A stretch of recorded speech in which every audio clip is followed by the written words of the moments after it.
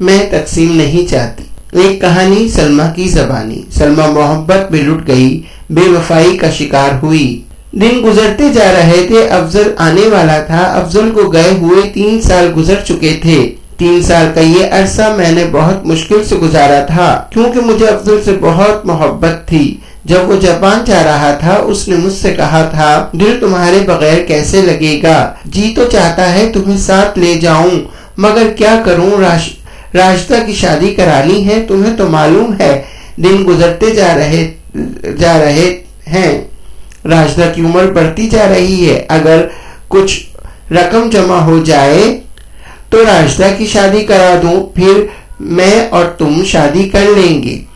اس بات پر میں نے یقین کر لیا اور وہ 3 سال کے لیے جاپان چلا گیا۔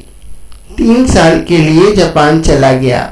آخر آج بدھ کا روز ہے، 3:15 پر جہاز آئے گا اور افضل آج مجھ سے ملے گا۔ ہم آج بہت سی باتیں کریں گے اور خوب اپنی گزری سنائیں گے۔ کچھ افضل سنائے گا اور کچھ میں سناؤں گی۔ میں راجدہ کے ساتھ ایئرپورٹ گئی تھی۔ راجدہ کے ساتھ اس کا منگیتر بھی تھا اور اس کی امی بھی موجود تھی۔ ہم لوگ 2 بجے ہی ایئرپورٹ پر چلے گئے تھے، لیکن دماغ تو میرا افضل کی یادوں میں تھا اور مجھے پتہ بھی نہ چلا کہ افضل آ گیا۔ اس کے ساتھ کوئی اور نہ تھا۔ میں ایک دم چونک گئی۔ افضل نے کہا کہ سلمہ تم کہاں کھوئی ہوئی ہو؟ میں نے نظریں ملائی اور اس کی طرف دیکھتی رہ گئی کیونکہ اس کے چہرے میں کوئی تبدیلی نہیں آئی تھی۔ اسٹائل وہی اور چہرے پر معصومیت تھی۔ میں نے کہا افضل تم تو ویسے ہی ہو جیسے گئے تھے، اور بہت سی باتیں کرتے ہوئے ہم واپس آئے۔ افضل کی امی میری خالہ ہیں۔ امی کے مرنے کے بعد میرا کوئی نہ تھا۔ انہوں نے ہی مجھے پڑھایا لکھایا، جوان کیا۔ اب وہ چاہتی تھی کہ افضل کی اور میری شادی ہو جائے اور میں ان کے گھر بہو بن کر رہوں۔ افضل بھی مجھ سے بہت محبت کرتا تھا۔ گھر پہنچ کر خالہ امی نے مجھے اور راشدہ کو اندر جانے کو کہا اور خود افضل سے باتوں میں لگ گئیں۔ 1 گھنٹے کے بعد خالہ امی کے سسرال والے افضل کے چچا چاچی، تایا تائی اور ان کی ایک بیٹی فردوس آئی۔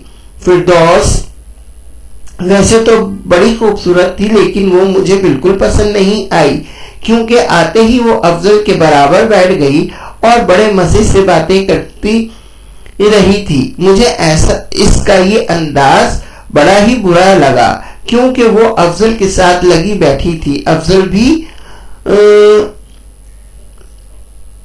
بھی اس سے بڑی باتیں کر رہا تھا۔ فردوس کے آنے کے بعد افضل نے میری طرف ذرا بھی توجہ نہ دی تھی اور کوئی رات سب نے ایک ساتھ کھانا کھایا۔ فردوس اور افضل تو ایک دوسرے میں بالکل چپک کر کھانا کھا رہے تھے۔ دونوں نے کھانا کم کھایا اور باتیں زیادہ کی۔ مجھے بڑا غصہ آیا۔ میں اٹھ کر چلی ہی جانے والی تھی کہ خالہ امی نے مجھ سے کہا، بیٹی کھانا اتنا کم کھایا، کیا بات ہے؟ امی مجھے بھوک نہیں لگ رہی اور مجھے نیند آ رہی ہے، یہ کہہ کر میں اندر چلی گئی۔ افضل نے پھر بھی بات نہ کی۔ ایئرپورٹ پر وہ مجھ سے بڑی باتیں کر رہا تھا، لیکن جب سے اس نے فردوس کو دیکھا مجھے بھول گیا تھا۔ اس کا یہ انداز مجھے بالکل پسند نہ آیا۔ خالہ سے نیند کا کہہ کر تو آ گئی تھی، لیکن رات کے 4 بجے تک میں جاگتی رہی۔ آخر کار مجھے نیند آ گئی اور میں سو گئی۔ اسی طرح دن گزرتے جا رہے تھے۔ میں اپنے غموں میں کھوئی ہوئی تھی۔ رات کے 4 بج جاتے تھے کہ افضل شاید مجھ سے اب بات کرے تب بات کرے۔ میں اندر ہی اندر گھلتی جا رہی تھی۔ سب واپس چلے گئے تھے، لیکن فردوس ان کے ساتھ نہیں گئی تھی۔ میں دن بدن کمزور ہوتی جا رہی تھی۔ خالہ امی کے سوا میرا کسی کو خیال نہ تھا۔ راجدہ اپنے منگیتر کے ساتھ باتیں کرتی رہتی اور وہ ملتے رہتے تھے اور